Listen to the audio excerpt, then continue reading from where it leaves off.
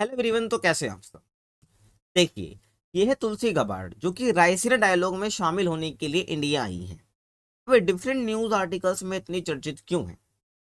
इसके पीछे का रीजन ये है क्योंकि इन्होंने पाकिस्तान समर्थित इस्लामी आतंक को लेकर आवाज उठाई है, जिसमें उन्होंने बोला है जो पाकिस्तान समर्थित आतंकवाद है, जिसको इस्लामी आतंकवाद इन्होंने कहा है, इससे India, Bangladesh, middle east countries, America समेत कई देशों को खतरा है। और ट्रंप जो है इससे लड़ रहे हैं। और यहाँ पर इन्होंने जो है भगवत गीता, अध्यात्म की बात भी करी है। तो बेसिकली इस चीज के ऊपर हम बात करने वाले हैं आज की इस वीडियो में। तो चलिए स्टार्ट करते हैं। तो यहाँ पर मैंने एक वर्ड बोला, रायसीना डायलॉग। तो ये रायसीना डायलॉग का मतलब क्या है? तो देखिए, जो रायसीना डायलॉग है ना, बेसिकली ये भारत द्वारा स्टार्ट किया गया एक सम्मेलन आप कह सकते हैं, ठीक है, जो कि हर साल होता है, दिल्ली में एक आयोजित होता है, ये ध्यान रखना। तो रायसीना डायलॉग बेसिकली है क्या, भू राजनीति और भू अर्थशास्त्र पर भारत का प्रमुख सम्मेलन, जो कि अंतर्राष्ट्रीय समुदाय के सामने आने वाले सबसे महत्वपूर्ण चुनौतीपूर्ण मुद्दों के समाधान के लिए प्रतिबद्ध है। यानी कि मैं कहूँ तो अंतर्राष्ट्रीय समुदाय के सामने जितने भी चुनौतीपूर्ण मुद्दे उसको उसके समाधान के लिए प्रतिबद्ध है, सबको एक मंच उपलब्ध करा, ठीक है। और अंतर्राष्ट्रीय स्तर पर जो है अपनी उपस्थिति दिखाना भारत के लिए, भारत की, इसलिए रायसीना डायलॉग बेसिकली ये सम्मेलन 2016 में स्टार्ट किया गया था, ठीक है ना। तो वही रायसीना संवाद या डायलॉग का उद्देश्य क्या है, ऑब्जेक्टिव क्या है? तो बेसिकली 2016 में भारत सरकार ने इसका जो है इसका स्टार्टिंग किया था, इसका आयोजन किया था। इसका उद्देश्य बेसिकली क्या है, भारत को एक वैश्विक शक्ति के रूप में प्रस्तुत करना और दुनिया भर के विचारकों और नेताओं को एक मंच पर लाना, जितने भी चुनौतीपूर्ण मुद्दे हैं उसके समाधान के ऊपर बात करना, ठीक है। तो बेसिकली रायसीना डायलॉग है। अभी जो रायसीना यहाँ पर बार बार आ रहा है, इसका मतलब क्या है? देखिए, जो रायसीना है ना, तो रायसीना हिल जिसे अक्सर भारत सरकार की सीट के लिए एक उपनाम के रूप में प्रयोग किया जाता है। तो नई दिल्ली का एक क्षेत्र है जिसमें भारत के जितने भी महत्वपूर्ण सरकारी इमारतें, जिसमें राष्ट्रपति भवन की आप बात कर लीजिए, भारत के राष्ट्रपति का आधिकारिक निवास की आप बात कर लीजिए, सचिवालय भवन की आप बात कर लीजिए, जिसमें राष्ट्रपति भवन, भारत के राष्ट्रपति का आधिकारिक निवास, सभी यहाँ पर आते हैं, ठीक है, ध्यान रखना। तो रायसीना हिल या रायसीना की पहाड़ी, जैसे अक्सर भारत सरकार की सीट के लिए उपनाम के रूप में प्रयोग किया जाता है। तो एक नई दिल्ली का क्षेत्र जो कि काफी इंपॉर्टेंट है, जितने भी इंपॉर्टेंट सरकारी इमारतें हैं वो यहाँ पर आपको देखने को मिल जाएगी। तो ये रायसीना डायलॉग है जो कि 2016 में स्टार्ट करा गया है भारत सरकार द्वारा, ठीक है। अब जो मैंने आपको दिखाया तुलसी गबार्ड, कौन है ये? तुलसी गबार्ड है, जो कि है कौन? ये अमेरिकी इंटेलिजेंस हेड है बेसिक, ध्यान रखना, कि जिसमें इन्होंने क्या है, जो पीएम मोदी है उनसे इन्होंने बातचीत भी करी और मिली भी हैं उनसे। आगे चलते हैं।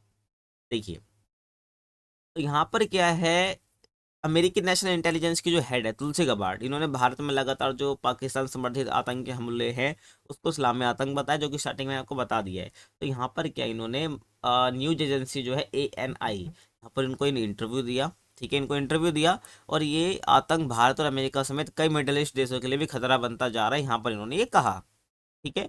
और यहाँ पर इन्होंने ये भी कहा कि भाई अमेरिकी राष्ट्रपति जो है ना, डोनाल्ड ट्रंप, मुस्लिम आतंकवाद से निपटने के अपने वादे पर कायम है भाई, ठीक है। इन्होंने वादा करा होगा जितने भी मुस्लिम आतंकवाद है उसको खत्म करेंगे, तो उससे निपटने के लिए वादे पर है ये तैयार है, ठीक है, ध्यान रखना। और बेसिक तुलसी जो है ये डायलॉग, जो राइस डायलॉग उसमें शामिल होने के लिए भारत आई है। अब जो तुलसी गबार्ड, आपको लग रहा होगा तुलसी गबार्ड जो ये भारत की है, नहीं, ध्यान रखना।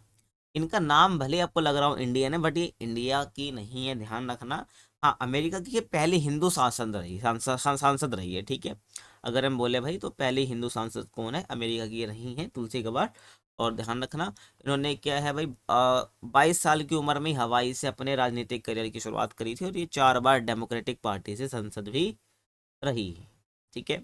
और तुलसी पहले बाइडेन की डेमोक्रेटिक पार्टी के नेता थे, और 2024 के राष्ट्रपति चुनाव से पहले रिपब्लिकन पार्टी इन्होंने ज्वाइन कर ली थी, ठीक है। तो पहले बाइडेन, उन्होंने रिपब्लिकन पार्टी ज्वाइन कर ली थी, और चुनाव जीतने के बाद ट्रंप ने उन्हें नेशनल इंटेलिजेंस की चीफ बनाया है, ठीक है। और ये CIA समेत 18 सीक्रेट एजेंसियों की हेड हैं, ध्यान रखना यार, ये काफ़ी इंपॉर्टेंट हो जाता है इनके लिए। तो चीफ इनको बनाया है डोनाल्ड ट्रंप ने, ठीक है। तो इन्होंने ANI को इंटरव्यू दिया, तो जहाँ पर इन्होंने बात करी, ठीक है। तो यहाँ पर उन्होंने यही बताया है कि किस प्रकार से जितने अमेरिका समेत भारत, बांग्लादेश, मिडिल ईस्ट की जो कंट्री जैसे सीरिया, इसराइल हो गया, इन सब पर असर डाल रहा है ये जो है इस्लामी आतंक, ठीक है। आगे चलो। और तुलसी यहाँ पर बोली है कि इस्लामी आतंक से अमेरिका भी खतरा है, ठीक है। और इस आतंक ने हमें घेर लिया, लगातार अमेरिकी लोगों पर खतरा बना हुआ है, ठीक है। तो यहाँ पर इन्होंने बात करी है। और यहाँ पर उन्होंने बोला है कि मुझे पता है कि जो पीएम मोदी इस खतरे को बहुत गंभीरता से लेते हैं और दोनों नेता इस खतरे को पहचानेंगे और इसे हराने के लिए मिलकर काम करेंगे। तो यहाँ पर डोनाल्ड ट्रंप और पीएम मोदी की बात इन्होंने यहाँ पर करी है। अभी आपने देखा होगा ना, जो पीएम मोदी का है एक जो पॉडकास्ट है वो काफ़ी वायरल हो रहा है, तो वहाँ पर भी इन्होंने इसकी बात करी है। किसकी? यहाँ पर जो है पाकिस्तान के आतंकी हमलों को लेकर, यहाँ पर 9/11 की घटनाओं को लेकर बात करी है। ध्यान रखना, यहाँ पर उन्होंने यही बोला है कि जो आतंकवाद की स्टार्टिंग होती है कहीं ना कहीं उसका लिंक पाकिस्तान से ही मिलता है। ध्यान रखना। तो इन्होंने पॉडकास्ट में कहा, काफ़ी लंबा पॉडकास्ट उन्होंने दिया है, ध्यान रखना। अब यहाँ पर मैंने बताया ये तो हो गया कि इन्होंने आतंकवाद को लेकर बोला, क्योंकि पाकिस्तान समर्थित होता है। अब यहाँ पर इन्होंने अध्यात्म, गीता और भारत पर भी इन्होंने 3 बातें बेसिकली कही हैं। तो देखिए, इन्होंने यहाँ पर कहा कि भगवान के साथ मेरा रिश्ता मेरे जीवन का केंद्र है। ठीक है। उसके बाद यहाँ पर इन्होंने दूसरी बात ये कही कि भगवत गीता के उपदेशों से मूल्यवान सीख मिलती है। जो भगवत गीता है, उनके जो उपदेश होते हैं, उनकी जो शिक्षा होती है, उससे मूल्यवान सीख मिलती है, यानी उसकी वैल्यू होती है। और तीसरी बात इन्होंने कही कि भारत आकर लगता है जैसे घर आ गई हूँ। ठीक है। ये भारत मूल की नहीं है, बट इन्होंने बोला कि भारत आकर ऐसा लगता है कि जैसे मैं घर आ गई हूँ। ठीक है, ध्यान रखना।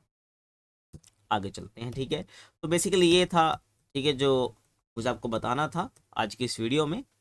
तो वीडियो आपको कैसी लगी कमेंट में जरूर बता सकते हैं। चैनल पर नए हैं तो प्लीज़ सब्सक्राइब कीजिए, और किस टॉपिक पर आप वीडियो देखना चाहते हैं उसके बारे में बताइए। बाकी मिलते हैं आपसे अगले वीडियो में, तब तक के लिए कीप वॉचिंग।